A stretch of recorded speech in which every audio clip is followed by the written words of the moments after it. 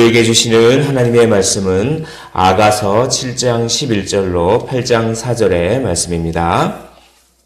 아가서 7장 11절부터 8장 4절의 말씀입니다. 제가 가지고 있는 성경책으로는 구약성경 966페이지가 되겠습니다.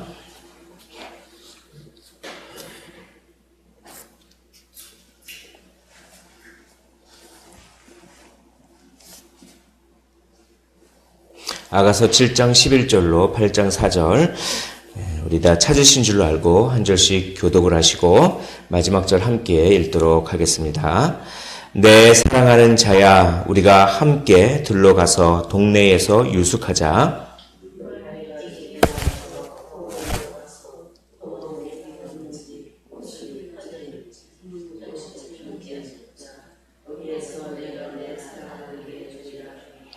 합한 채가 향기를 뿜어내고 우리의 문 앞에는 여러 가지 귀한 열매가 새것 묵은 것으로 마련되었구나. 내가 내 사랑하는 자 너를 위하여 쌓아둔 것이로다.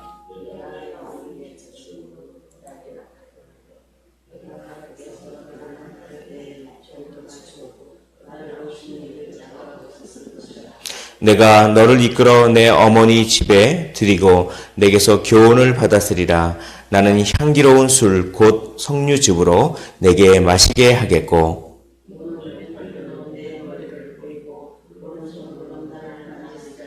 함께 읽도록 하겠습니다.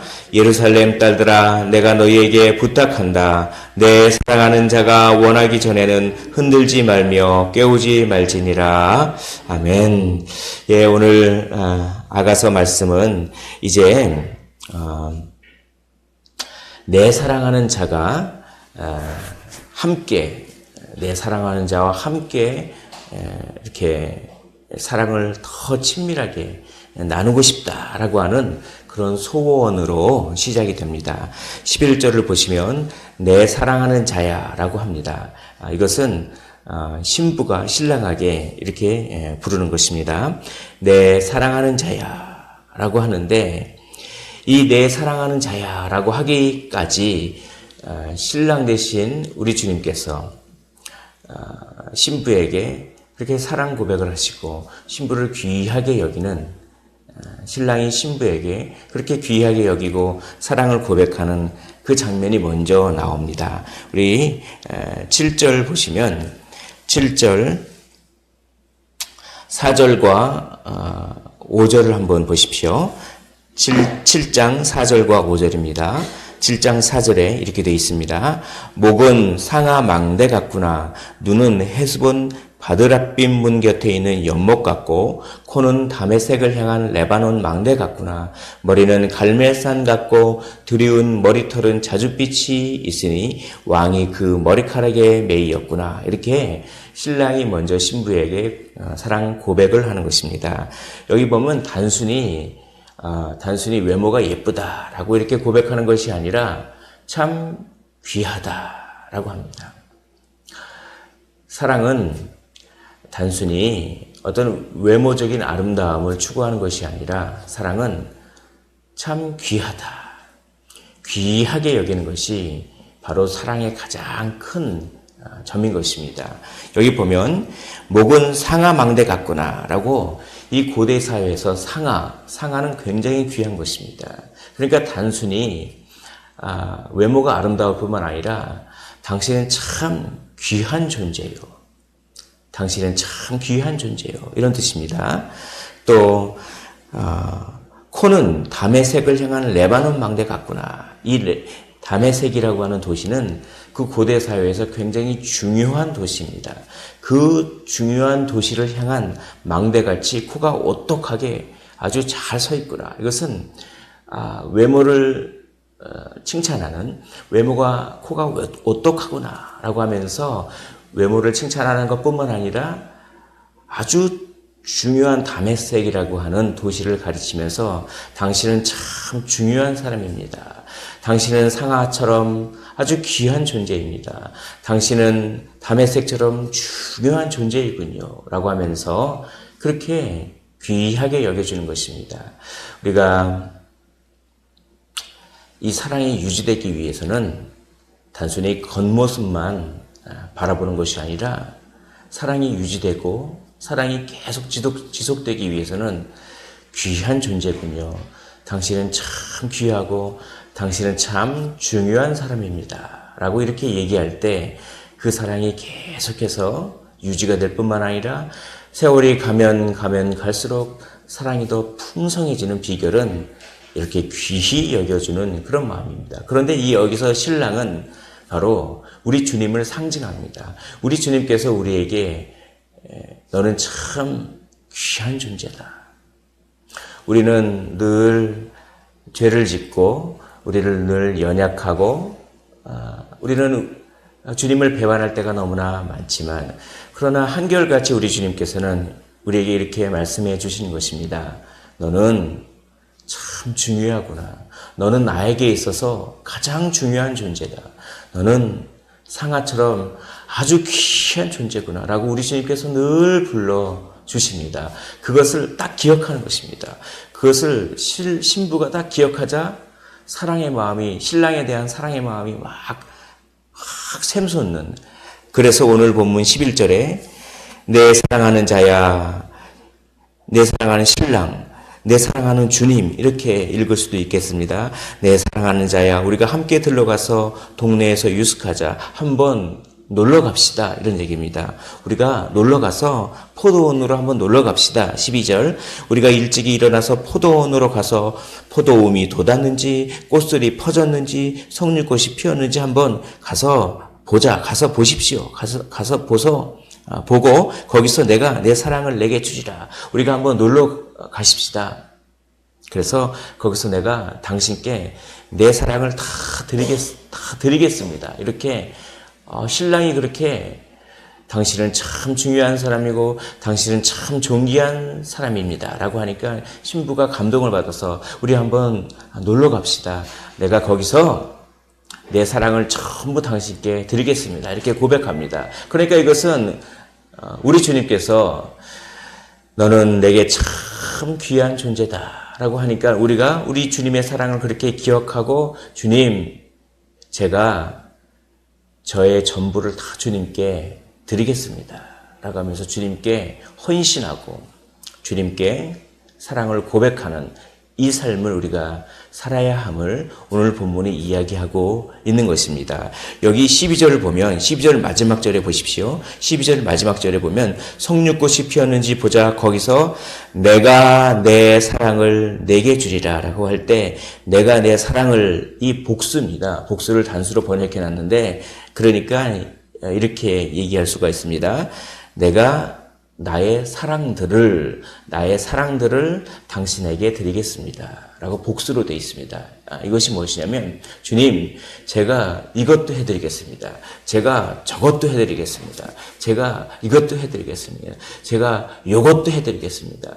저의 삶의 순간순간 모두를 다 주님께 드리겠습니다. 왜냐하면 주님은 십자가를 지실 만큼 우리를 중요하게 생각하셨기 때문입니다. 주님은 자기 자신을 십자가에서 다 헌신하셔서 우리에게 새 생명을 주실 만큼 우리를 귀하게 생각하셨기 때문에 우리도 우리 자신을 다 헌신해서 이것도 드리고 저것도 드리고 나의 사랑들을 다 주님께 드리겠습니다.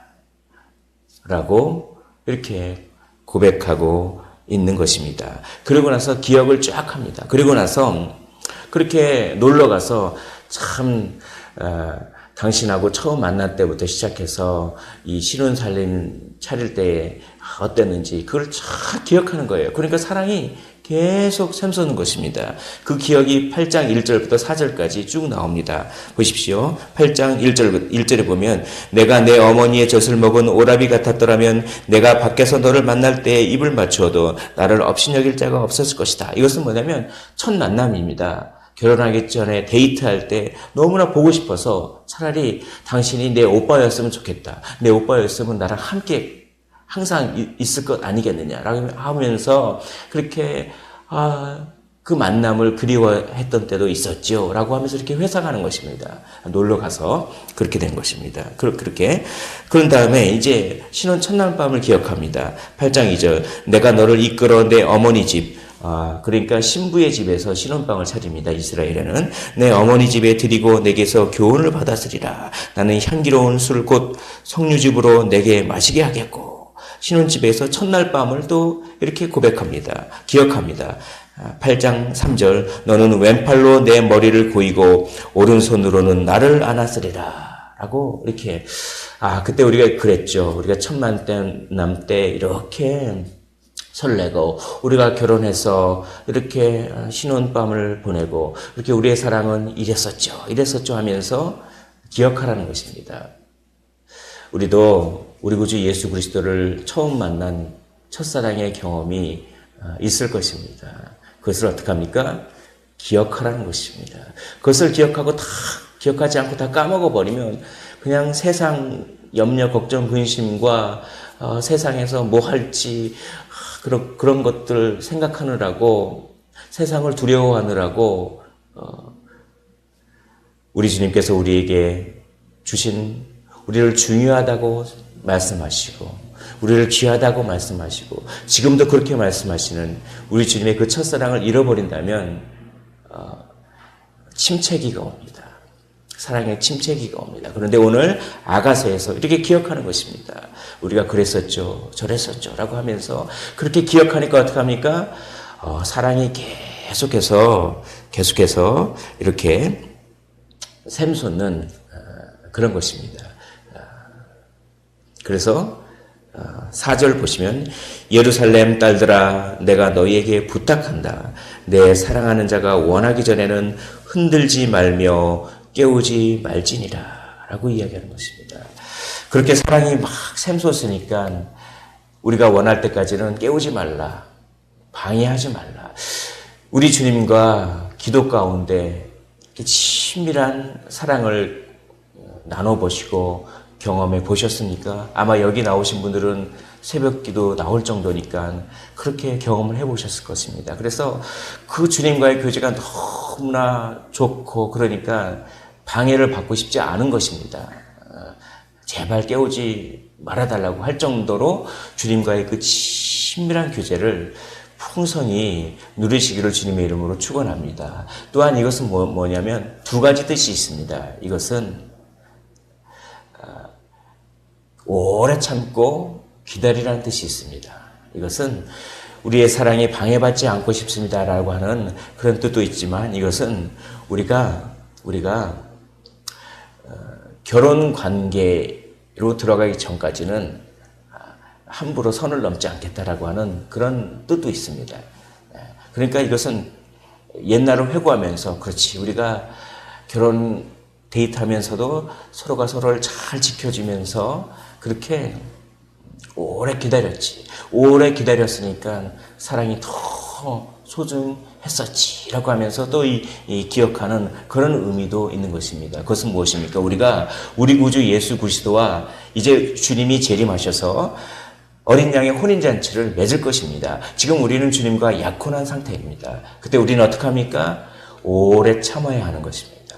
오래 참으면서 오래 기다리면서 주님을 기다리면서 주님과 늘 교제하면서 방해받지 않고 싶은 마음이 들 정도로 주님과 깊이 교제하면서 그 주님과 나중에 결혼할 때까지 오래 참는 것입니다.